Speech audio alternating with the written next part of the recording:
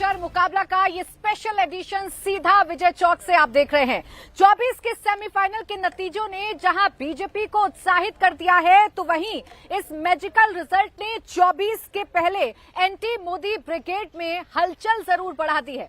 3 राज्यों में मिली हार के बाद अब एक बार फिर से एकता का राग अलापा जा रहा है और एक बार फिर से एकजुटता की दुहाई देते हुए इंडिया अलायंस के नेता नजर आ रहे हैं।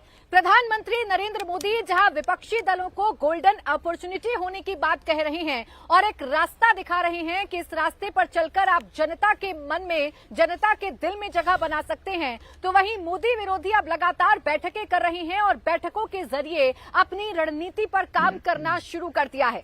इन 3 राज्यों के चुनाव में एक एक मुद्दा फेल हो गया, एक एक बयान पर जनता ने हिट बैक कर दिया। प्रधानमंत्री नरेंद्र मोदी पर दिए गए आपत्तिजनक बयानों पर भी जनता ने वोट किया और एक बार फिर ये साबित कर दिया कि नेगेटिव कैंपेनिंग फायदा नहीं पहुंचा सकती।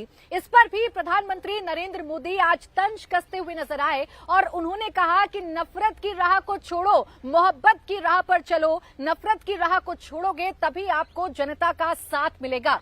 अब सवाल यह है कि प्रधानमंत्री नरेंद्र मोदी की तरफ से दिया गया ये आखिरी रास्ता क्या मोदी विरोधियों को रास आएगा? और सवाल ये भी है कि क्या विपक्षी एकजुटता वाकई में मोदी की ताकत को कमजोर कर सकती है? क्योंकि इन 3 राज्यों में अगर छोटे छोटे दलों के साथ कांग्रेस को मत प्रतिशत को मिला भी दिया जाए तो बीजेपी की मत प्रतिशत की दीवार को ढहाना फिर भी मुश्किल समझ में आ रहा है। अब सवाल यह है कि क्या 24 के लिए प्रधानमंत्री नरेंद्र मोदी की जीत का रास्ता तय हो गया है? सवाल यह है कि क्या मोदी का तोड़ विपक्षी गठबंधन जो है वो ढूंढ पाएगा? क्या वाकई में इंडिया अलायंस की जो एकता है वो प्रधानमंत्री नरेंद्र मोदी की जीत की गारंटी को रोक पाएगी? आज इन तमाम सवालों पर करेंगे चर्चा, लेकिन उससे पहले आपको सुनाते हैं आज के बड़े बयान। अगर मैं वर्तमान चुनाव नतीजों के आधार पर कहूं तो जो विपक्ष में बैठे हुए साथी हैं, ये उनके लिए गोल्डन अपॉर्चुनिटी है। सकारात्मकता की प्रवृत्ति को छोड़ करके इस सत्र में अगर सकारात्मकता के साथ आगे बढ़ेंगे तो देश उनके तरफ देखने का दृष्टिकोण बदलेगा, उनके लिए एक नया द्वार खुल सकता है। और वो विपक्ष में है तो भी उनको एक अच्छी एडवाइस दे रहा हूं कि आइए, सकारात्मक विचार लेकर के आइए। हर किसी का भविष्य उज्जवल है, निराश होने की जरूरत नहीं है। हताशा, निराशा होगी, आपके साथियों को आपका दम दिखाने के लिए कुछ न कुछ करना भी पड़ेगा। और अभी भी मैं कहता हूं, मैं मेरे लंबे अनुभव के आधार पर कहता हूं कि थोड़ा सा अपना रुख बदलिए, विरोध के विरोध का तरीका छोड़िए। देश के मन में आज जो ऐसी कुछ बातों पर नफरत पैदा हो रही है, हो सकता है वो मोहब्बत में बदल जाए, तो मौका है, ये मौका जाने मत दीजिए। मध्य प्रदेश के चुनाव में बातचीत हुई और ये भी आश्वासन मिला था कि आपको 6 सीटों में विचार किया जाएगा, लेकिन उनकी राजनीतिक परिस्थितियां ये नहीं थी कि हमें साथ लिया जाए समाजवादियों को। चुनाव में हार हुई है, हार को स्वीकार करना पड़ेगा और आने वाले समय में मैं समझता हूं हर हार हमें सबक सिखा के जाती है और हर हार में कहीं न कहीं हमें उम्मीद नजर आती है। जो कुछ हुआ मध्य प्रदेश में, भविष्य में ऐसा नहीं होगा। सबको साथ लेकर के और सबका जो भी योगदान हो उसको जोड़ करके ही भारतीय जनता पार्टी का मुकाबला किया जा सकता है। मुझे लगता है कि ये आपस में जो पॉलिटिकल डिफरेंसेस था, इसको अगर ठीक से रेक्टिफाई करके पहले से प्रयास किया जाता तो चुनाव के ये नतीजे नहीं आते। आप राजस्थान में देखोगे तो 2% के कम वोट से बीजेपी जीता है और कांग्रेस हारी है। और 1 साल से अगर ये प्रयास होता कि जहाँ पे जो इनफाइटिंग या इनर राइवलरी है उसको एड्रेस करके, प्रयास करके, सबको इकट्ठा करके अगर चुनाव लड़ा जाता तो रिजल्ट और अच्छा हो सकता था। तो अब देखिए, इंडिया अलायंस के जितने भी पार्टनर्स हैं वो अपनी अपनी राय रख रहे हैं और ये बता रहे हैं कि इस चुनाव से कैसे वो सबक ले सकते हैं और ये भी बता रहे हैं कि कांग्रेस से कहां गलती हुई, इंडिया अलायंस से कहां पर गलती हुई है। इसी पर आइए करते हैं चर्चा की शुरुआत। मेरे साथ हैं खास मेहमान राकेश त्रिपाठी जी, भारतीय जनता पार्टी के प्रवक्ता, प्रोफेसर भुवन भास्कर जोशी समाजवादी पार्टी से हमारे साथ हैं, और घनेंद्र भारद्वाज आम आदमी पार्टी के प्रवक्ता हमारे साथ हैं, मोहम्मद आसिफ कांग्रेस के लीडर हमारे साथ हैं। आप सभी का बहुत बहुत स्वागत है। मैं घनेंद्र भारद्वाज जी आप ही से शुरुआत कर रही हूँ। इंडिया अलायंस के पार्टनर्स एक दूसरे का ख्याल रखें ना रखें, अब तो ऐसा लग रहा है कि प्रधानमंत्री नरेंद्र मोदी को आप लोगों की चिंता हो रही है, गोल्डन अपॉर्चुनिटी दे रहे हैं आपको। देखिए, निश्चित तौर पर भारतीय जनता पार्टी 3 राज्यों में जीती है तो बधाई के पात्र है भारतीय जनता पार्टी के लोग।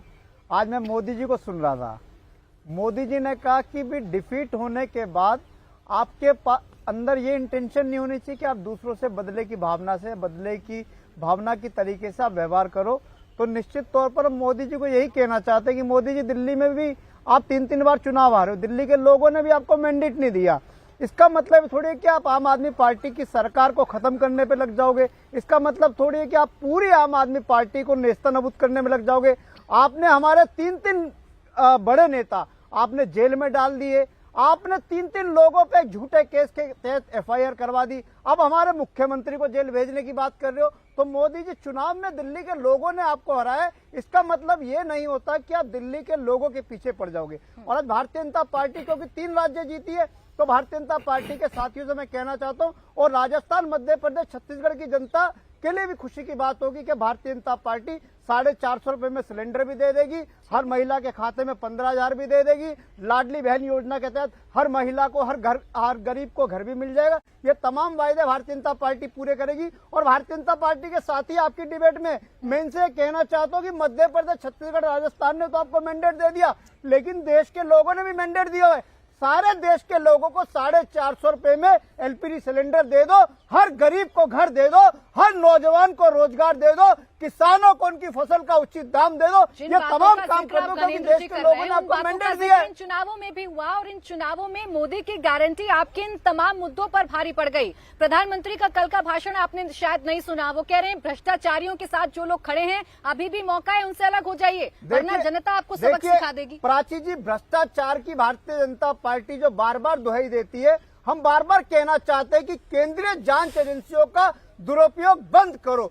मिसयूज जो कर रहे हो आप ED का, CBI का, इन्वेस्टिगेशन एजेंसीज का, ये नहीं होना चाहिए। और भारतीय जनता पार्टी के लोग जो बार बार भ्रष्टाचार की दुहाई देते हैं, अरे शुभेंदु अधिकारी, मैं थोड़ी कह रहा था, मोदी जी कहते थे हमारी सरकार आएगी जेल में डाल देंगे, मैं थोड़ी कहता था, मोदी जी कहते थे हेमंत बिस्वा शर्मा नायक चिटफंड घोटाले में आरोपी है, मैं उसको जेल भेज दूंगा, मैं थोड़ी कहता था, मोदी जी कहते थे कि हमारी सरकार आएगी, अजीत पवार ने 70,000 करोड़ रुपए का घोटाला करा, अजीत पवार को जेल भेज तो आप मेरे पहले देंगे। सवाल का जवाब देने से चूक गए कि मोदी जी की ये गोल्डन अपॉर्चुनिटी आपको एक्सेप्ट है या नहीं, सलाह को मानेंगे कि नहीं मानेंगे? अरे हम भी मोदी जी को यही कह रहे हैं, मोदी जी सलाह हमारी भी यही है कि आप अपना काम करो, जहां जहां चुनाव हारते हो वहां चुनावों में आप अगर जीत नहीं पाते तो आप CBI, ED के दम पे जो सरकार है आप किडनैप करने का काम करते हो, उसको छोड़ दो। दिल्ली के लोगों ने हमें मैंडेट दिया, दिल्ली के लोगों ने राजस्थान, छत्तीसगढ़ और मध्य प्रदेश तीनों में चला था घनेंद्र जी, जनता ने इसको भी बिल्कुल बेकार बता दिया, जनता ने इस पर भरोसा नहीं किया। खैर, मैं पूछ लेती हूँ राकेश त्रिपाठी जी, आप देते रहिए सलाह पर सलाह,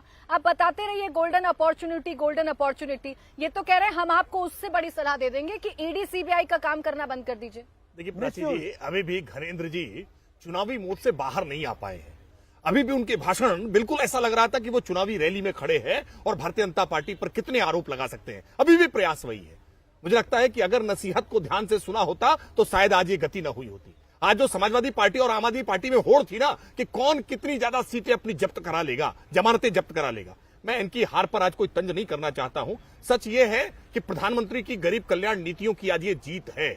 आज ये मोदी की गारंटी पर लोगों का भरोसा है क्योंकि प्रधानमंत्री जी ने गरीबी के जीवन को जिया है और वो जानते हैं कि इसकी दुश्वारियां क्या होती है और इसका समाधान कैसे करना है। आज जितने सवाल आप खड़े कर रहे हैं ना, इन सवालों का जवाब हमने दिया है और ये आपकी नकारात्मकता थी जो आज आपको इतनी स्थानों पर जमानतें जब्त हुई है। 1% वोट नहीं मिला है, शर्म नहीं आ रही है आपको? आत्मविश्लेषण करने के बजाय जोर जोर से चीख रहे हैं। सच ये है कि इस देश की जनता ने मुहर लगाई है जो भ्रष्टाचार पर कठोर कार्रवाई प्रधानमंत्री मोदी जी कर रहे हैं। शर्म नहीं आती है वो लोग जो इसी दिल्ली में रामलीला मैदान में बड़े बड़े आंदोलन कर रहे थे कि देश से भ्रष्टाचार मिटाना है और उनके नेता भ्रष्टाचार के मामलों में जेल में है। अगर थोड़ा भी आत्मा आपकी जीवित होती, अंतरात्मा झकझोरती, तो पार्टी से बाहर का रास्ता दिखाते। आप तौबा करते कि जो गुनाह हमने किए हैं, ये गुनाह आगे हम नहीं करेंगे, हम तौबा करेंगे, हम जनता से माफी मांगेंगे। आप माफी मांगने की बजाय चोरी और सीनाजोरी कर रहे हैं। ये नहीं चलेगा। देश की जनता इसको देख रही है और देश की जनता इसका माकूल जवाब दे रही है। ये आत्मविश्लेषण का समय है और आत्मविश्लेषण नहीं करेंगे तो 2024 में इससे भी ज्यादा बुरी पराजय आपकी होगी। भारतीय जनता पार्टी ने तो लोगों के दिल जीते हैं। ठीक है, ये केवल चुनाव नहीं जीता है, दिल जीते अखिलेश यादव कह रहे हैं कि हम तो हर सबक लेते हैं, हर हार से हम लोग सबक लेते हैं। भुवन जी, हर हार से आप लोग सबक तो लेते हैं, विपक्षी एकता भी आपको याद आ रही है। इसमें पीएम की सलाह को आप जोड़ेंगे कि नहीं जोड़ेंगे, जिसमें कह रहे हैं नफरत को भूल जाइए, मोहब्बत के रास्ते पर चलिए? देखिए, हम लोग तो सलाह, क्योंकि इस देश की जो लोकतंत्र है उसकी खूबसूरती है, और खूबसूरती ये है कि मैं भारतीय जनता पार्टी के हमारे मित्र वकील साहब ये जीत के आए, इनको बधाई। और कांग्रेस भी एक जगह जीती है, कांग्रेस के भी हमारे दोस्त बैठे यहाँ पर, उनको भी बधाई। लेकिन मध्य प्रदेश में मैं थोड़ा सा, प्राची जी आपसे समय चाहूंगा, मध्य प्रदेश में कांग्रेस तो हारी है, लेकिन एक जीत भी हुई है, मैं आपके चैनल के माध्यम से बताना चाहता हूँ। वहां पर आदरणीय कमलनाथ जी के अहंकार की जीत भी हुई है। इस जीत के लिए मैं आपके चैनल के माध्यम से आदरणीय कमलनाथ जी को बधाई देना चाहता हूं। और रही बात, हम लोगों ने लगातार माननीय अखिलेश यादव जी के नेतृत्व में अपनी डे बाय डे प्रोग्रेस करी है। अभी घोसी का उपचुनाव आपको याद होगा, आदरणीय योगी जी, उप मुख्यमंत्री जी, एमएलए साहब, पूरे प्रदेश के एमपी, केंद्र के मंत्री सब लगे, क्या परिणाम आया? ये माननीय अखिलेश यादव जी की लीडरशिप की जीत है। और हम बड़ी विनम्रता से अपनी हार को स्वीकार करते हैं, लेकिन परिणाम कुछ और होता, खुशबू कुछ और होती, और आज आप हमें भी बधाई दे रहे होते अगर अहंकार आगे आगे नहीं आया होता। क्योंकि वहां पर हम, प्राची जी बस लास्ट बात कहूंगा, हम लोग वहां पर छोटे भाई की भूमिका में थे, और माननीय कमलनाथ जी बड़े भाई की भूमिका में थे। उन्हें अपने छोटे भाइयों की चिंता करनी चाहिए। इस अहंकार पर भी मैं आपसे जवाब ले लूं, पहले इतना बता दीजिए, छोटा भाई अगर बड़े भाई के साथ आ भी जाता तो कितना कमाल कर देता? कितना रहा आपका वोट प्रतिशत, या कितने सीटों पर अपनी मौजूदगी आप दर्ज कर? बिल्कुल, मैं आपका वोट प्रतिशत का, मैंने आपने जो अभी कहा, पहले भी कहा, मैं इसका जवाब बहुत जरूरी देना चाहता हूँ। जब चुनाव होता है तो एक माहौल क्रिएट होता है। हम लोग किस लड़ाई को लेकर साथ थे? हम लोग लड़ाई के लेकर साथ थे माननीय अखिलेश यादव जी के नेतृत्व में। सामाजिक न्याय, जाति जनगणना की जो मांग है, वो आंदोलन पूरा देश का आंदोलन हम लोगों ने बनाया। आज हम लोग इस मूवमेंट को लेकर निकले थे, और उसमें उन्होंने साथ देने के बदले वो साथ नहीं आए। और जो सामाजिक न्याय के पक्षधर लोग थे मध्य प्रदेश के, कि अगर साथ आ जाते तो क्या हो जाता, कितना वोट प्रतिशत जुड़ जाता कांग्रेस के साथ, और कितनी सीटों पर अंतर पड़ जाता? बस इतना सा कैलकुलेशन मैं उसका कैलकुलेशन बता देता हूं आपको। जो सामाजिक न्याय के जो पक्षधर लोग हैं, जाति जनगणना के जो पक्षधर लोग हैं, उन्होंने कहा कि जब इनका आपस में ही एका नहीं है, तो उन्होंने जो मतों का विभाजन होना स्वाभाविक था, तो निश्चित तौर पर भारतीय जनता पार्टी को लाभ हुआ। इसमें कोई इधर उधर की बात नहीं है। नहीं, सब कुछ ठीक हो गया या अभी भी बात चल रही है? देखिए, मैं आपको बहुत जिम्मेदारी से कहना चाहता हूँ, प्राची जी एक देश की बहुत प्रतिष्ठित आप एंकर हैं। मैं बताना चाहता हूँ कि उत्तर प्रदेश में माननीय अखिलेश यादव जी और समाजवादी पार्टी बड़े भाई की भूमिका में है। यहाँ माननीय अखिलेश यादव जी और समाजवादी पार्टी को तय करना है। चलिए मोहम्मद आसिफ जी, बातों ही बातों में, इशारों ही इशारों में आज आपको दो सलाह मिल गई। एक तो प्रधानमंत्री कह रहे हैं नफरत को छोड़ दीजिए, आप नकारात्मकता की राजनीति को छोड़ दीजिए, और अब भुवन जी कह रहे हैं कि यूपी में तो बड़े भाई हम ही रहेंगे। देखिए, पहले तो 5 स्टेट की जनता को बधाई, जो भी वहां चुनाव जीत के आए, जिसने भी सरकार बनाई, सबको बधाई है। ना कि 3 राज्यों में चुनाव हुआ, तो आपने 3 का जिक्र किया, बेहतर होता 5 का जिक्र करती, कांग्रेस का भी जिक्र होता और लोकल मिजोरम की पार्टी का भी होता। तेलंगाना में जीते सर, आपको बहुत बहुत नहीं, अगर आप शुरुआत ये करती तो बहुत अच्छा होता। 5 राज्य का जिक्र करती, आपने 3 राज्य पे लाके डिबेट शुरू कर दी। जहाँ भाजपा जीत के आई है, जहाँ भाजपा चुनाव हारी है, वहाँ आपने जिक्र ही करना मुनासिब नहीं समझा। बात कर रही हूँ, आपके अलायंस के जितने नेता हैं, अलायंस तो अपनी जगह है, लेकिन आप अगर बेहतर होता, जो 5 जगह एक साथ चुनाव हुआ, एक साथ गिनती हुई, जनगणना के बाद में जो रिजल्ट आए, बेहतर होता। प्राची जी, क्या 5 का जिक्र करती हूँ? मैं तेलंगाना के लिए आपको बहुत बहुत शुभकामनाएं दे देती हूँ, लेकिन ये बात अपने इंडिया अलायंस के नेताओं को भी समझा लीजिए, जो सिर्फ उटव्वल पर आ गए, जो बता रहे हैं कितने घमंडी हैं आप। यही घमंड तो नहीं ले डूबा आपको? नहीं, वो तो लग जाएगा किसको घमंड लेके डूबा, किसको नहीं लेके डूबा। राजस्थान में हम 1.5% मतों से हारे चुनाव, मध्य प्रदेश बढ़ गया, छत्तीसगढ़ में और कम हो गया। जनता ने, मैं मध्य प्रदेश, छत्तीसगढ़, राजस्थान, तीनों की जनता ने वोट दिया हमें, अब बड़ी तादाद में वोट दिया। भाजपा जीती, मुबारकबाद है भाजपा को। किस तरीके से मोदी जी के आने के बाद में तब्दीली आती है मुल्क के अंदर। एक ही मुकदमा 2 सांसदों पे होता है, फर्जी प्रमाण पत्र का। आजम खान को 7 साल की सजा होती है, नवनीत राणा को 2 लाख का जुर्माना करके छोड़ दिया जाता है 2021 के अंदर। तो यही तो नया भारत है जी। प्राची जी, इस नए भारत पे जिक्र नहीं करता कोई भी कि किस तरीके जजमेंट आते हैं। तो आप सवाल उठा रहे हैं। मैं उठा बिल्कुल सही कह रहा हूं। मैं कह रहा हूं किस तरीके आपत्ति अगर ये टीवी चैनल पर न्यायपालिका के फैसले पर सवाल उठा रहे हैं, ये मैटर कंटेम्प्ट ऑफ कोर्ट होता है। ये अगर ये कहे ये इंडिया टीवी जिम्मेदारी लेगा क्या? कंटेम्प्ट ऑफ कोर्ट कह रहे हैं। सेम प्रमाण पर फर्जी दोनों का आसिफ जी क्लियर कर दीजिए कि अब क्या कोर्ट पर भी न्यायपालिका पर भी आप लोगों को यकीन नहीं है? नहीं, उसके यकीन के फैसले आप को ये भी बताइए आप संदेह की नजर से देखेंगे? प्राची जी आप ये बताइए जाति प्रमाण पत्र दोनों के फर्जी है गलत सही है? तो आप सीधा दलील बोलिए, सीधा बोलिए, आप सीधा बोलिए। ये दलील दोनों सांसद है, खुलकर कहिए एक सांसद 7 साल की सजा काट रहा होता है, पूरा परिवार एक सांसद भाजपा के कंधे में चढ़ा हुआ है, आराम से मजे से घूम रहा है। बदनाम कर दिया, कैसे फैसले आपके? कोर्ट को भी बदनाम कर रहे हैं। ऑफिशियल स्टैंड है कांग्रेस का कि कोर्ट पर यकीन नहीं है हमें। हम क्या कह रहे हैं आप बताइए, फर्जी मत गलत है ये सही है? मुझे इतना बता आप ये दीजिए नवनीत कोर्ट पर राणा यकीन का है कि फर्जी नहीं पड़ रहा था सही है? कोर्ट पर यकीन है कि नहीं? आप बराची आप कहिए ना, यकीन है कि आप ये बताइए 2 लाख का जुर्माना गलत है उनके ऊपर? मेरे सवाल का जवाब आप बोलिए ना उन सांसद महोदय के ऊपर जो भाजपा की है, क्या आप समर्थक है? क्या उनके ऊपर 2 लाख का जुर्माना गलत है? देने के लिए राकेश मैं दे रहा हूँ ना, 2 लाख का जुर्माना गलत है उनके ऊपर, कोर्ट ने गलत जुर्माना लगाया उनके आप ऊपर। मुझे सिर्फ इतना बता दीजिए कि अब आपको कोर्ट पर भी यकीन नहीं है? ये ऑफिशियल स्टैंड है कांग्रेस का? आप ये बता दीजिए जो फर्जी प्रमाण सही है गलत है? सवाल का जवाब है ना, नहीं होता है ना? आप बोलिए ना, जवाब दीजिए क्या फर्जी प्रमाण दोनों सांसद का गलत है? ये जो सब गलत है, एक तो 7 साल की सजा, एक तो 2 साल की अगर सजा। आपके पास है मोहम्मद आसिफ जी तो चले जाते कोर्ट में, अपनी भी दलीलें रख देते कोर्ट में जाकर। यहाँ आकर आप बेतुकी दलीलें ना दे रहे होते। भाजपा जो सरकारी कोर्ट जाएगी, भाजपा सरकार नहीं जाएगी, भाजपा खिलाफ जो सांसद भाजपा का नहीं है उसके खिलाफ चलेगा। आपकी बात पूरी हो गई, आपने बहुत से और ऐसी बातें ऐसी बातें तो पूरी नहीं होनी चाहिए। ये संविधान के हित में नहीं है। आपकी बात तो रोकी जानी चाहिए और आपकी बात पूरी नहीं होनी चाहिए। आप देश के संविधान पर हमला करेंगे, आप देश की न्यायपालिका पर हमला करेंगे, करप्शन की बात न्यायपालिका पर हमला करेंगे, पीछे संसद का भवन है, इस संसद के भवन से बने कानूनों पर हमला करेंगे। आप देश के संविधान पर कहाँ होते हैं? न्यायपालिका पर हमला करेंगे। शर्म नहीं आती है? पराजय स्वीकार करिए, पराजय स्वीकार करिए। ये जनमत है, स्वीकार करिए जनमत को, जनमत स्वीकार करेंगे। आखिर क्या ये तरीका ठीक है? आपका तरीका ये तरीका आप न्यायपालिका पर देश की न्यायपालिका पर देश के प्रधानमंत्री ये कहते हैं अजीत पवार ऊपर मुकदमे 40,000 करोड़ घोटाला है। सर सुनेंगे थोड़ा, यही सलाह तो प्रधानमंत्री आज आपको दे रहे थे कि थोड़ी सी नकारात्मकता को छोड़िए, सकारात्मकता के साथ आगे बढ़िए, नफरत को छोड़िए, थोड़ी सी मोहब्बत के साथ आगे बढ़िए। आपने तो शाम आते आते उससे गलत बता दिया। राकेश त्रिपाठी अजीत पवार को लेके मुख्यमंत्री बन जाते बेहतर है। भूल जाती है, आप अपने टाइम पर भूल जाते हैं कि आप आपने भाजपा के टाइम में याद नहीं आपको? देखिए ये जो घमंड की बात है ना, यही घमंड है कि मन मुताबिक फैसला नहीं आएगा कोर्ट का तो कोर्ट पर आरोप कर देंगे। मैंने आज देखा कि कांग्रेस के कुछ प्रवक्ता अलग अलग टीवी चैनल्स पर बैठ करके ईवीएम पर भी दोषारोपण करने का काम कर रहे थे। अखिलेश यादव जी ने प्रेस कॉन्फ्रेंस कहा कि बैलेट पेपर से चुनाव होना चाहिए, यानी अगर परिणाम मन मुताबिक ना आए तो संस्थाओं पर आरोप लगाओ, ईडी पर आरोप लगाओ, सीबीआई पर आरोप लगाओ, अरे अब कोर्ट पर भी आरोप लगाओ। अरे किसी पर तो विश्वास रखेंगे आप, किसी पर विश्वास नहीं रखेंगे। जाइए ना कोर्ट, आपकी पार्टी के वकील छुट्टी पर है, आपकी पार्टी के वकील छुट्टी पर है क्या? आप बताइए ना, आपकी पार्टी के वकील छुट्टी पर है क्या? ये शोर मत मचाइए, शोर मत मचाइए, करप्शन करे भाजपा कीजिए, इसी वजह से कार्रवाई नहीं होगी, इसी वजह से ऐसा हुआ। मोहम्मद आसिफ यही कहते हैं मतलब भाजपा का। आपके 2 साथी भी हैं, वो भी शांति से सुन रहे हैं ना, एक एक जवाब करके तो सबके दोगे पास ना। जाऊंगी तो आपके पास जब आऊंगी। करते हैं आप साथी बचेंगे, एक आप तरीका की बात होता है, करेंगे, तरीका होता है ना, एक रुक दो जाइए राय होगी थोड़ा सा। भाजपा की। आप सारे भाजपा पर चले गए, लेकिन आपके अपने साथी जो आपको तब से सलाह दे रहे हैं घमंड छोड़िए, घमंड छोड़िए, उस पर एक शब्द नहीं बोलते हैं आप। मोहम्मद आसिफ जी कमाल करते हैं। अब राकेश त्रिपाठी जी जवाब दीजिए। ये सवाल गणेश जी ने भी उठाया था कि अपनी बारी पर आपको भ्रष्टाचार, आपको जितनी भी नकारात्मकता है कुछ याद नहीं आती, विपक्ष को उंगली दिखाने के लिए याद आ जाती। देखिए 5 राज्यों के जो चुनाव हुए हैं ना, इन 5 राज्यों के चुनाव में 4 राज्यों में सरकार बदली है।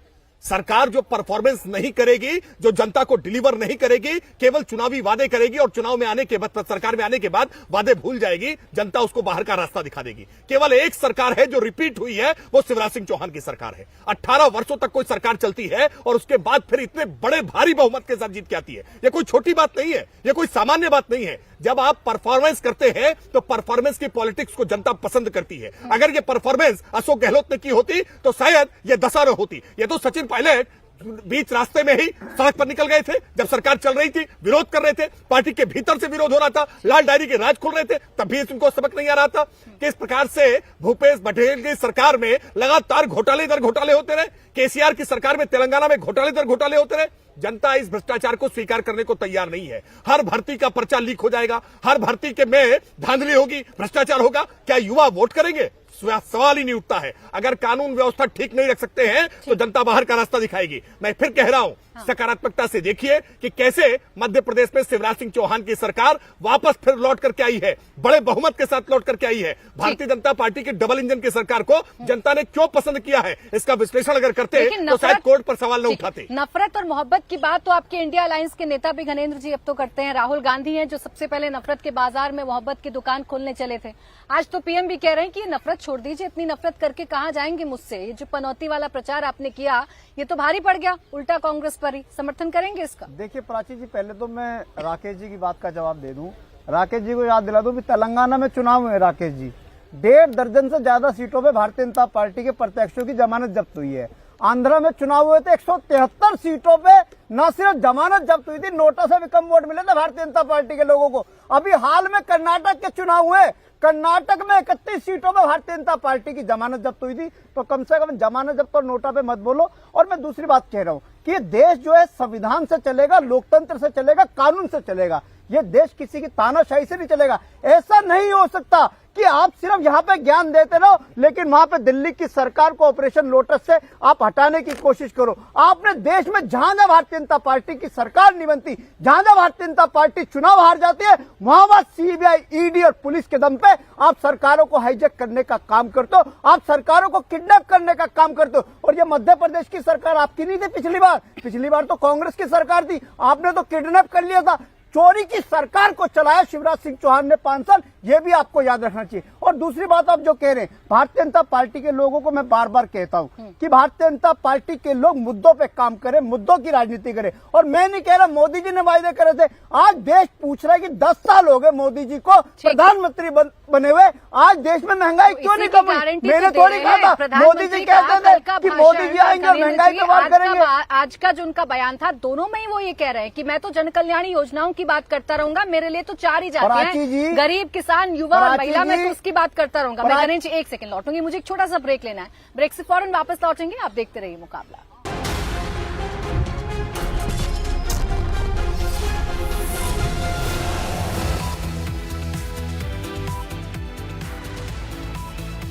ब्रेक के बाद आपका स्वागत है। आप देख रहे हैं मुकाबला। प्रधानमंत्री नरेंद्र मोदी की सलाह और इंडिया गठबंधन में मची हलचल के बीच क्या ये अपॉर्चुनिटी इंडिया अलायंस गेन कर पाएगा? क्या शीतकालीन सत्र में सार्थक चर्चा हो पाएगी? इसी पर लगातार चर्चा जारी है। खास मेहमान हमारे साथ बने हुए हैं प्रोफेसर भुवन जी।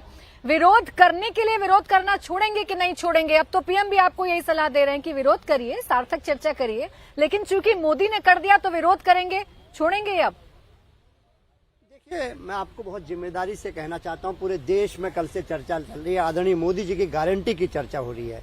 और प्राची जी, मैं और आप इस देश के नागरिक हैं और 2014 और 19 की हमें वो गारंटियां भी देश को याद आ रही हैं जो आदरणीय मोदी जी ने पूरे देश को देने के काम करा। मुझे याद आता है 2014 और 2019 में आदरणीय मोदी जी ने देश के लोगों को, हमें और आपको गारंटी देने का काम करा था कि 15 लाख आपके अकाउंट में आएंगे, 2 करोड़ नौकरी आपकी आएगी, किसान की आय दुगनी होगी और काला धन आएगा। तो निश्चित तौर पे सभी में गारंटियां फेल होते हुए भी इस देश ने देखा है। और निश्चित तौर पे मैं आपको कहना चाहता हूं 2024 में भी माननीय अखिलेश यादव जी के नेतृत्व में समाजवादी पार्टी अपनी जो लड़ाई है सामाजिक न्याय की, जाति जनगणना की मांग को लेकर और निश्चित तौर पर पीडीए को लेकर हम लोग आगे बढ़ रहे हैं और लगातार हम इस दिशा में काम करेंगे। हार जीत कोई बड़ा विषय नहीं है, जीत हमारा जो विषय है वो है सामाजिक न्याय की लड़ाई। इस लड़ाई को हम लोग मुझे ऐसा क्यों लग रहा है कि इंडिया अलायंस के पार्टनर्स के साथ मिलकर कम और अपनी मौजूदगी ज्यादा दर्ज कराने की कोशिश कर रहे हैं आप?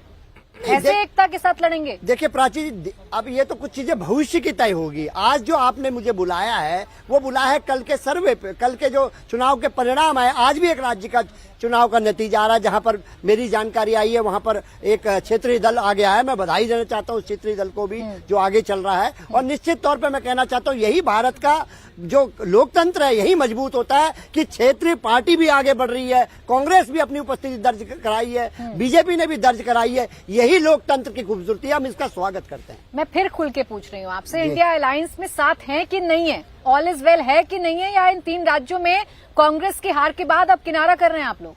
मैं वही बात आपको प्राची जी पहले बता चुका हूं, एक बार आपके दर्शकों को और बताना चाहता हूं। उत्तर प्रदेश के परिप्रेक्ष्य में मैं आपसे बहुत जिम्मेदारी से कहना चाहता हूं, माननीय अखिलेश यादव जी और समाजवादी पार्टी को तय करना है। यहां पर माननीय अखिलेश यादव जी बड़े भाई की भूमिका में। आप तो पहले से तय कर रहे हैं ना, आप कांग्रेस तो अपने आप को बड़ा भाई पहले से मानकर बैठे हैं, इसी पर तो सवाल कर रहे हैं। आप लोग साथ हैं या आप लोग साथ नहीं हैं? देखिए नकारात्मकता आपके इंडिया अलायंस में है या आप सदन में करेंगे, यही तो मैं आपसे पूछ रही थी। प्राची जी, हर राज्य की परिस्थिति अलग अलग होती है। मध्य प्रदेश में हम छोटे भाई थे, हमने सह से स्वीकार करा। वही अनुमान स्थिति मध्य प्रदेश की जो हमारी जो वहाँ पर स्थिति थी राजनीतिक रूप से, वही उत्तर प्रदेश लेकिन कमाल का रिश्ता है बड़े भाई छोटे भाई का। घमंड बोल देते हैं, घमंडी बोल देते हैं, अखिलेश बोल देते हैं। खुलकर घर का झगड़ा सबके सामने आ रहा है, इस बात का ध्यान रखिएगा भुवन जी। खैर, राकेश त्रिपाठी जी कह रहे हैं ये कि आपकी गारंटी तो देश पहले भी देख चुका है, पूरा करें तब जाने। नहीं, देखिए, देश की जनता ने भरोसा किया इन्हीं गारंटियों पर।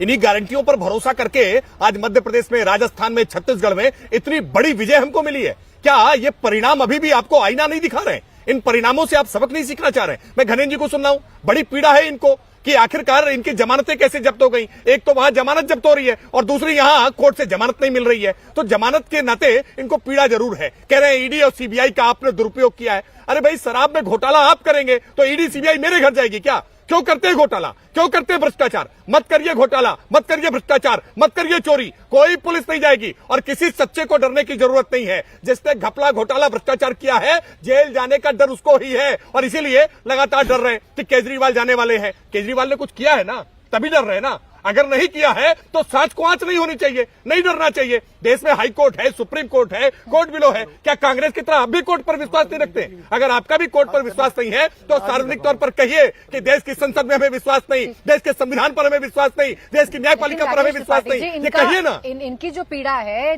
या जो आपसे सवाल है वो इसी बात को लेकर है कि गजब का इत्तेफाक है। जितने भ्रष्टाचारी हैं सब विपक्ष में हैं। आपकी पार्टी में सारे लोग बहुत अच्छे हैं। जितने लोगों पर आप दाग लगाते हैं, आपके साथ आते ही सब दागदार हो जाते हैं। नहीं, बहुत स्पष्ट तौर पर कहूंगा, भारतीय जनता पार्टी स्वच्छता की राजनीति केवल कहती नहीं है, करके दिखाती है। भारतीय जनता पार्टी में अगर किसी प्रकार का कोई घपला, घोटाला, भ्रष्टाचार करने की चेष्टा करेगा, पार्टी बाहर का रास्ता दिखाएगी। और पार्टी किसी तरह से कानून में कोई हस्तक्षेप नहीं करती है। जिसने अगर गलती की है उस पर कार्रवाई होगी। यही बात तो अरविंद केजरीवाल जी कह रहे थे, टिकट देने से पहले पूरी जांच करेंगे, कमेटी हमारी जांच करेगी, अगर कोई गलती होगी तो पार्टी से बाहर का रास्ता दिखाएंगे। मनीष सिसोदिया पार्टी से अब तक बाहर क्यों नहीं गए? संजय सिंह अब तक पार्टी से बाहर क्यों नहीं गए? और अगर उन्होंने गलतियां नहीं की है तो अब तक सुप्रीम कोर्ट से उनकी बेल एप्लीकेशन खारिज क्यों हो रही है? यह तो सवाल है ना।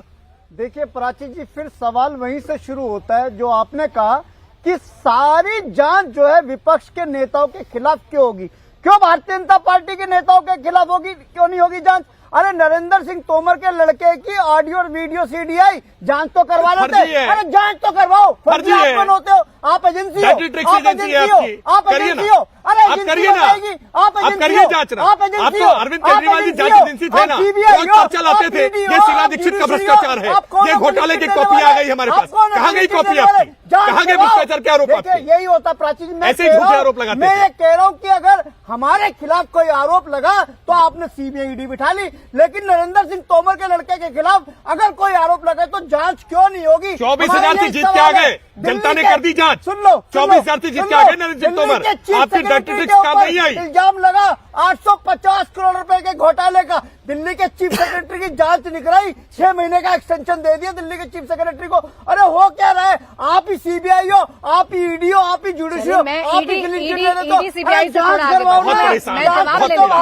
चोरी भी करेंगे, सीधे चोरी भी करेंगे, भरे चौराहे पर, भरे चौराहे पर कहाँ से लाते हैं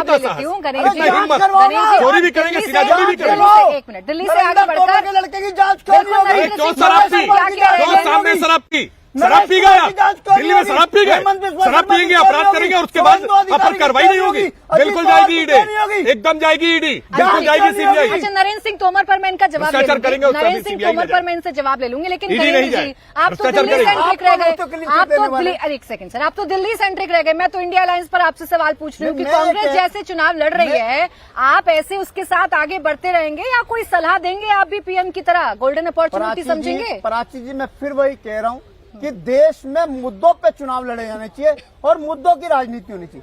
आज देश के सामने 3 सबसे बड़ी समस्या है: महंगाई, बढ़ती बेरोजगारी और बढ़ता भ्रष्टाचार। क्या इन तीनों मुद्दों पे नरेंद्र मोदी जी काम करेंगे क्या या ये नहीं तीनों करेंगे? मुद्दे, क्या ये तीनों मुद्दे आपकी अलायंस की जो पार्टी है कांग्रेस, जो सबसे बड़ी पार्टी है, क्या उसने तीनों मुद्दे मध्य प्रदेश, छत्तीसगढ़, राजस्थान में नहीं उठाए? देखिए, निश्चित तौर पर मैं ये नहीं कह रहा कि मुद्दे यही हैं, लेकिन भारतीय जनता पार्टी से जब मुद्दों की बात करोगे तब सनातन पे ले जाएंगे, जनता से तब करो ना हिंदू मुद्दे की मुसलमान बात। पे ले जाएंगे, जनता ने तब जवाब दिया कन्हैया है। लाल पे ले भाजपा ने जाएंगे, नहीं दिया। भारतीय जनता जनता पार्टी ने का जवाब यही दिया। काम है। जात जनता पात का पे जवाब ले नहीं जाएंगे। सुनेंगे। अभी मोदी जी जनता कह रहे का हैं कि जवाब नहीं कोई मानेंगे। जात नहीं है, जनमत फिर स्वीकार नहीं कहते हैं करेंगे। OBC परिणाम प्रधानमंत्री स्वीकार नहीं हो, करेंगे। JP नड्डा अरे कहते हैं जमानत OBC जब्त हो गई भाई। प्रधानमंत्री है। कुछ दिन और आप मोदी चिंतन जी करो। कहते हैं कि कुछ जात दिन जो आप है, चिंतन करो। गरीब और अभी अमीर पसीना और करो। JP नड्डा क्यों कहते हैं हिमालय चले OBC जाओ। प्रधानमंत्री है? अकेले गुफा में कहीं जाकर के भी पसीना करो। JP नड्डा क्यों कहते हैं आप OBC जाति प्रधानमंत्री जनगणना है? का मुद्दा कौन लेकर आता है? कमाल करते हैं आप। जाति जनगणना का मैं मुद्दा आप कह रहा लेकर हूं- आएंगे, राहुल गांधी सदन में खड़े होकर बोलेंगे कि मुझे दुख होता है कि इस सरकार को चलाने वाले कुल इतने ही सेक्रेटरी मैं ओबीसी ये हैं, कह रहा और हूं- फिर ये जाति बताएंगे मैं तो आपको मोदी दुख जी की होगा। बात कर रहा हूँ। मोदी जी कह रहे हैं कि देश में दो जात है, गरीब और अमीर, और JP नड्डा उनके बगल में खड़ा होकर चार कह कहते रहे हैं हैं, चार। OBC चार प्रधानमंत्री कह रहे हैं, देश चार। में। तो चार भारतीय कह जनता रहे हैं। पार्टी भी तो जात चार पात की कह रहे हैं। पॉलिटिक्स मैं करती कह है। रही हूं। मोदी जी को सुनते नहीं, इसीलिए चार नुकसान कह में रहे हैं। है। अब जवाब दे दीजिए मोहम्मद आसिफ जी, आपके मुद्दे, घरेंद्र जी की तो शिकायत है, इतने सारे मुद्दे हैं और ये मुद्दे जनता के सामने आप लोग पहुंचा ही नहीं पाए इन तीनों राज्यों में। जो राहुल गांधी जी ने कहा मोहब्बत की बात, वही आज मोदी जी ने कही। मोहब्बत की बात होनी चाहिए, लेकिन नफरत की बात जो इनके सांसद करते हैं पार्लियामेंट में बैठ के, उन्हें प्रमोशन दे दी है राजस्थान के लिए। अनुराग ठाकुर जी क्या बोल रहे थे, आज मंत्री की प्रमोशन। परवेश वर्मा जी ने क्या कहा, वो प्रमोशन। कपिल मिश्रा जी ने क्या कहा, वो प्रमोशन। नफरत के जहर उगलने वाले इनके भाजपा के सांसद मंत्री बना दिए जाते हैं। आज प्रधानमंत्री कहते हैं मोहब्बत की बात कीजिए। बेहतर होगा अपने साथियों को, अपने पार्टी के लोगों को ये समझाया कि देश मोहब्बत से चलती है, हिंदुस्तानी लोग मोहब्बत के मोहताज है, ना कि नफरत के। दुकान पे नहीं नफरत बिकती छोड़िए, भाई, मोहब्बत दुकान पे नहीं और रही बिकती। दूसरी बात, जिस तरीके से इन्होंने कहा नरेंद्र तोमर के बेटे के ऊपर जनता ने मैंडेट दे दिया, उनका भ्रष्टाचार खत्म हो गया, उनके खिलाफ कोई कार्रवाई नहीं होगी। अभी हमारे भाजपा के प्रवक्ता ने कहा, उन्होंने ये कहा कि गुजरात की महिलाओं के साथ जो कोर्ट जो फैसला आया, ये बलात्कारी नहीं, संस्कारी लोग हैं। भाजपा के एमएलए ने, ये संस्कार भाजपा के पास होंगे, हिंदुस्तान की जनता के संस्कार नहीं है, ना कि सनातनी के संस्कार है, ये भाजपा के संस्कार है। चलिए, ऐसे नरेंद्र संस्कार सिंह से तोमर देश का चलेगा। मुद्दा आप दोनों ने उठाया, मैं जवाब ले लेती हूँ, लेकिन एक सवाल का जवाब मोहम्मद आसिफ जी आप भी दे दीजिए। जी। ये कौन सी मोहब्बत है कि देश के प्रधानमंत्री के लिए जब जब आप बोलते हैं सारी मर्यादा तोड़ देते हैं? कैसा कैंपेन किया आपने मध्य प्रदेश, छत्तीसगढ़, राजस्थान में, और क्या परिणाम मिला आपको? देश के प्रधानमंत्री को शोभा देता है दूसरों के बारे में अल्पशब्द बोलना। वो किसी को कुछ भी बोल सकते हैं। एक चीज बताइए, देश के प्रधानमंत्री क्या फॉलो बोला गया? करते हैं उनको। एक बताइए, नहीं क्या बोला देश गया? के पीएम को नहीं, फॉलो PM को करके क्या बोला अपनी गया? राजनीति नहीं, क्या करते कहा हैं। उन्होंने? देश के पीएम ऐसा को कौन सा फॉलो शब्द आपको करके लग रहा है? राजनीति करते नहीं, आप हैं। बताइए ना, कौन सा देश शब्द लग के रहा है आपको? प्रधानमंत्री, देश के सीधा कहिए ना प्रधानमंत्री फिर के बारे में मोहम्मद कांग्रेस आसिफ की जी, लीडर ने क्या कहा। भारतीय जनता पार्टी को फॉलो करके नहीं, राजनीति आप ये बताइए ना कि देश के प्रधानमंत्री भारतीय जनता ने पार्टी जैसे कौन सा काम अल्फाज करेगी, बोला पीएम कांग्रेस की लीडरों ने? जैसे बयान देंगे वैसी स्क्रिप्ट आपके बयानों की लिखी जाएगी। तो सीधा कहिए, खुलकर कहिए, इसमें कौन सा डर की बात है? डर किसको? डर किसी को नहीं फॉलो है। करते डर हैं। किसी को नहीं, फॉलो कौन कर रहा है? ठीक फॉलो है, नहीं जवाब कर, देश दीजिए। के अब प्रधानमंत्री को राकेश शोभा त्रिपाठी जी, देता है, आपके वो दोनों कुछ भी बोल सकते हैं। साथी एक बड़ा मुद्दा उठा रहे हैं कि नरेंद्र सिंह तोमर के बेटे का तो पूरा ऑडियो सामने आ गया। क्या ईडी सीबीआई वहां पहुंचेगी? देखिए, पूरे चुनाव में लगातार इस मुद्दे को उठाते रहे कि नरेंद्र सिंह तोमर जी के बेटे ने भ्रष्टाचार किया है। सच बात यह है कि यह डर्टी ट्रिक्स डिपार्टमेंट कांग्रेस का है, जिसने जानबूझ करके एक फेक वीडियो जारी किया था। तार खुल गए उसके वीडियो के, फेक कहलाता है, उसी वीडियो भाजपा के के तार खुल नेताओं के गए, खिलाफ जिसका ईडीआई वीडियो सीबीआई बनाया कभी था, काम नहीं उसने करेगी, वीडियो ने सारी क्योंकि सच्चाई डर है। बयान कर दी और जनता ने जैसे इनके इस प्रमोशन बातों पर विश्वास अधिकारियों नहीं को किया मिलता है और यही कारण है 24,000 मतों से नरेंद्र सिंह तोमर जी चुनाव जीत करके आए। देखिए, ये भ्रष्टाचारी लोग जब पकड़े जाते हैं, जेल चले जाते हैं, एक लंबी लाइन है। चिल्लाना बंद करिए। मुख्यमंत्री भाजपा के अंदर, एक मुख्यमंत्री आसाम के भाजपा के अंदर, ईडी नहीं जाती, क्या करेंगे? बताइए क्या करेंगे? देखिए, सच ये है। अगर ईडी आपने कहा ईडी जाती है, हम क्या करेंगे? डरिए नहीं, ईडी से डरिए नहीं। ईडी अनावश्यक परेशानी करेगी। डरने आप वाले चोरी आपके पास करोगे, आ रहे हैं। आप उन्हें चोरी मुख्यमंत्री करोगे, बनाना है, आप भ्रष्टाचार मुख्यमंत्री बनाना करोगे, है। आप पैसा खाओगे, आप घोटाला करोगे, परिवार के लिए बटोरोगे, तोमर जी के तिजोरियां बेटे- भरोगे, तोमर जी के तो बेटे क्या काम कर रहा होगा? है। जेल जाओगे ही जाओगे तोमर भाई। के बेटे यही जेल काम की कर हालत रहे हैं, खाली ही इसलिए भाजपा उन्हें बचा रही पड़ेगी। है। आपको जेल जाने यही से कह कोई रहे नहीं हो। बचा पाएगा। अच्छा, अगर ठीक है। भ्रष्टाचार करेंगे तो जेल जाना पड़ेगा। भाई राहुल गांधी को नहीं, माफी जेल मांगने किसी का को अवसर जाना नहीं नहीं पड़ेगा। है। राहुल गांधी ने माफी नहीं मांगी, इसलिए तो सजा हुई ना। ये सब स्वीकार करेंगे। झंडा उठाइए और जेल से बाहर रहेंगे। ये गारंटी भाजपा की है। ये क्लीन चिट तो आप खुद ब खुद देने ना राकेश त्रिपाठी जी, यही तो आपसे सवाल पूछ रहे हैं कि मैं आप अपने नेताओं को क्लीन चिट दे देते बिल्कुल हैं कोई और क्लीन इनके चिट नहीं नेताओं दे के यहाँ रोज ईडी बिल्कुल सीबीआई कोई के छापे क्लीन चिट पड़ते नहीं दे रहे हैं। नरेंद्र सिंह तोमर जी ने तुरंत एफआईआर दर्ज कराने का काम किया था, पुलिस इन्वेस्टिगेशन कर रही है। और सच ये है कि इस प्रकार के वीडियो चुनाव में पैसे जारी लेन करने का देन के काम ये लिए लोग किया कुछ करते नहीं करेगी, हैं और पुलिस इसीलिए करेगी। जनता की अदालत में फैसला सुना दिया है। 24,000 वोटों से नरेंद्र तोमर जीत के आए। इनके नहीं डर्टी ट्रिक्स के कारण, ये डर्टी ट्रिक्स अपनी बंद करनी चाहिए। हाँ। दिमनी की सीट हम लगातार हार रहे थे और सीट पे 24,000 से जीत के आए। डर्टी ट्रिक्स आप लोग बंद करेंगे या नहीं करेंगे? मैं फिर से पीएम के शब्द पर वापस आ जाती हूँ। नकारात्मक पॉलिटिक्स से क्या सकारात्मक पॉलिटिक्स की तरफ आगे बढ़ेंगे? प्राची जी, मुझे याद आ रहा है जो प्रधानमंत्री जी ने देश को नई जाति बताने का काम करा, और मुझे बताने का काम करा उन्होंने किसान का, महिला का, नौजवान का, गरीब का। मैं कह रहा हूँ 10 साल से यही जातियों को तो माननीय मोदी जी ने पीड़ित करा। क्या देश भूल गया है उन 800 किसानों की हत्या को? क्या देश भूल गया? गृह राज्य मंत्री का बेटा अपनी थार की धार से हत्या कर देता है वहां पर। महिलाओं पे क्या भूल गया? मणिपुर में क्या घटना है हमारी बेटियों के साथ? ये सब मुद्दे उठाए आपने पहलवान अभी जमानतें जब्त कराई, उसके बाद सारे मुद्दे उठा रहे थे। आपके सारे जनता ने कर दिया। हमारी जनता को प्रधानमंत्री वोट नहीं मिला। आप 50 सीटों की जमानत नहीं। क्या इस मुद्दे को चला सकते कहना हैं? बंद करने के लिए आपने कानपुर में माँ बेटे के साथ आपने युवाओं को रोजगार के नाम पर केवल अग्निवीर योजना देने का काम करा। मैं आपसे पूछना चाहता हूँ, गरीब को और गरीब आपकी महंगाई बना रही है। ये निश्चित तौर पे 4 जातियों पे आपका हमला है। यही आपके पतन का कारण अब एक बनेगा। सवाल का जवाब दे दीजिए। इन्होंने तो कुछ नहीं किया, भारतीय जनता पार्टी से आपको उम्मीद भी नहीं है। आपको उम्मीद राहुल गांधी से तो है, आपको उम्मीद कांग्रेस से भी है। अब कांग्रेस तो सीधा सीधा इन तीनों राज्यों में कहती रही जातीय जनगणना कराएंगे, जातीय जनगणना कराएंगे। उनके मुख्यमंत्री आखिरी वक्त पर बिल्कुल कह रहे हैं कि अब लागू कर देंगे, जातीय जनगणना होगी। जनता ने नकार दिया। जनता, देखिए मेरी बात सुनिए, जब चुनाव होता है तो जब दो एक ही विचारधारा के लोग अलग अलग लड़ रहे होते हैं, एक दूसरे के खिलाफ लड़ रहे होते हैं, तो पूरे प्रदेश में एक संदेश जाता है कि ये देखिए वहां तो एकता दिखा रहे हैं। इस बात से चुनाव में हार हुई है, उससे एक माहौल बनने का काम करता है। हम भी प्राची जी 30 साल से राजनीतिक जीवन में यानी आपने नुकसान कर दिया राहुल गांधी का। देखिए निश्चित आपने नुकसान कर दिया। देखिए हमने तो करा, बड़े भाई को छोटे भाई का ख्याल रखना तो चाहिए। बड़े भाई का नुकसान छोटा भाई कब से करने लगा? तो भैया उनको बड़ा मन दिखाना चाहिए। अब तो बड़े मन दिखाने जनता का लाभ चाहते थे तो थोड़ा सा अपमान बर्दाश्त कर लेते, थोड़ा सा अपमान बर्दाश्त कर लेते, लेकिन कोई त्याग की भावना नहीं, केवल पाना है, केवल स्वार्थ है। लेकिन कमाल का घर है आपका। छोटे भाई बड़े भाई का झगड़ा देखिए खुलकर सामने आता है। महाभारत हो रही है सबके सामने आप तो अपना रहे हैं कि हमने नुकसान पहुंचा दिया। अब इस पर मंथन होगा, क्या होगा तो आने वाला वक्त बताएगा। बहरहाल बहुत शुक्रिया आप सभी का हमारे साथ इस चर्चा में जुड़ने के लिए। तो आज के लिए मुकाबला में बस इतना ही।